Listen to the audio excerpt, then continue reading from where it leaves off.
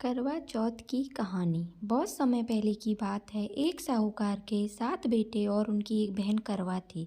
सभी सातों भाई अपनी बहन से बहुत प्यार करते थे, यहाँ तक कि वे पहले उसे खाना खिलाते और बाद में स्वयं खाते थे।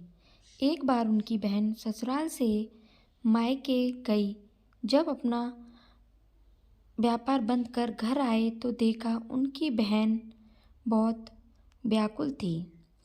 सभी भाई खाना खाने बैठे और अपनी बहन से भी खाना खाने का आग्रह करने लगे, लेकिन बहन ने बताया कि उसका आज करवा चौथ का निर्जल व्रत है और वह खाना सिर्फ चंद्रमा को देखकर उसे अर्घ देकर ही खा सकती है। चूँकि चंद्रमा अभी तक नहीं निकला है, इसलिए वह भूख प्यास से व्याकुल हो उठी। सबसे छोटे भाई को अपनी बहन की हालत देखी नहीं जाती और वह दूर पीपल के पेड़ पर एक दीपक जलाकर चलनी की ओट में रख देता है। दूर से देखने पर वह ऐसा प्रतीत होता है कि जैसे चतुर्थी का चांद उदित हो रहा हो। इसके बाद भाई अपनी बहन को बताता है कि चांद निकल आया है, तुम उसे अर्घ देने के बाद भोजन कर सकती हो। बहन खुशी के मारे सीढ़ियों पर चढ़कर चांद को देखती है, उसे अर्घ देकर खाना खाने बैठ जाती है।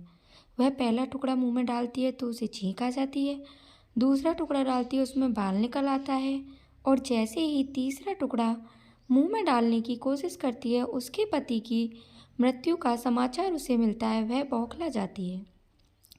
उसकी भाभी उसे सच्चाई से अवगत कराती है कि उसके साथ ऐसा क्यों हुआ। करवा चौथ का व्रत गलत तरीके से टूटने के कारण देवता उससे नाराज हो गए हैं और उन्होंने ऐसा किया है। सच्चाई जानने के बाद करवा निश्चय करती है कि वह अपने पति का अंतिम संस्कार नहीं होने देगी, अपने सतीत्व से उन्हें पुनर्जीवन दिलाकर रहेगी। वह पूरे 1 साल तक अपने पति के सबके पास बैठी रहती है, उसकी देखभाल करती है, उसके ऊपर उगने वाली सुईनुमा घास को वह एकत्रित करती जाती है। 1 साल बाद फिर करवा चौथ का दिन आता है। उसकी सभी भाभियाँ करवा चौथ का व्रत रखती हैं। जब भाभियाँ उससे आशीर्वाद लेने आती हैं तो वह प्रत्येक भाभी से यम सुई ले लो, पिए सुई दे दो, मुझे भी अपनी जैसी सुहागिन बना दो, ऐसा आग्रह करती है। लेकिन हर बार भाभी उसे अगली भाभी से आग्रह करने का कह चली जाती है। इस प्रकार जब छठे नंबर की भाभी आती है तो करवा उससे भी यही बात दोहराती है। यह भाभी उसे बताती है, चूँकि सबसे छोटे भाई की वजह से उसका व्रत टूटा था, अतः उसकी पत्नी में ही शक्ति है कि वह तुम्हारे पति को दोबारा जीवित कर सकती है। इसलिए जब वह आए तो तुम उसे पकड़ लेना और जब तक वह तुम्हारे पति को जिंदा ना कर दे उसे नहीं छोड़ना। ऐसा कहकर वह चली जाती है। सबसे अंत में छोटी भाभी आती है। करवा उनसे भी सुहागिन बनने का आग्रह करती है, लेकिन वह टालम टोली करने लगती है।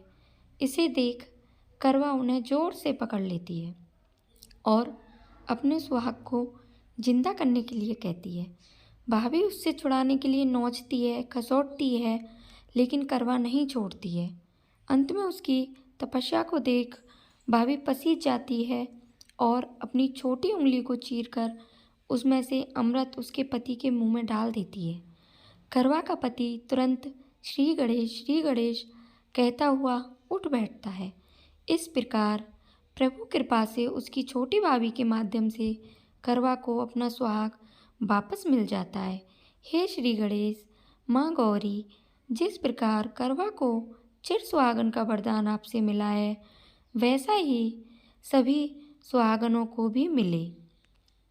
कहानी अच्छी लगी हो तो लाइक एंड शेयर करें और चैनल को सब्सक्राइब करें।